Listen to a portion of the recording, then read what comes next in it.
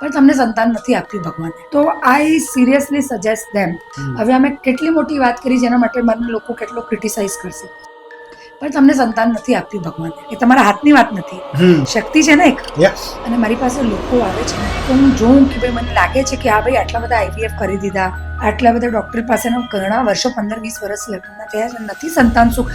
બેની કુંડલીમાં પ્રોબ્લેમ છે. કોઈ દિવસ એકની કુંડલી ઉપરથી ડિસાઈડ નહીં થાય કે સંતાન સુખ છે કે નહીં.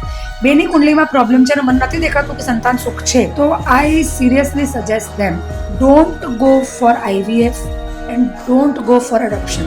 હવે અમે કેટલી મોટી વાત કરી જેના માટે મને લોકો કેટલો ક્રિટિસાઇઝ કરશે. હવે લોકો એમ માને છે કે એડોપ્શન કરીને આપણે કોઈકનું ભલું કરીએ છીએ.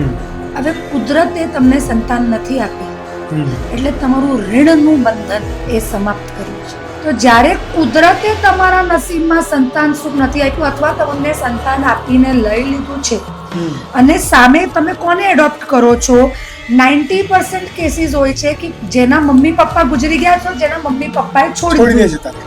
હવે એ બાળકની કુંડલીમાં પણ ભગવાને મા બાપનો સુખ નથી આપ્યો. So this is a complete disaster.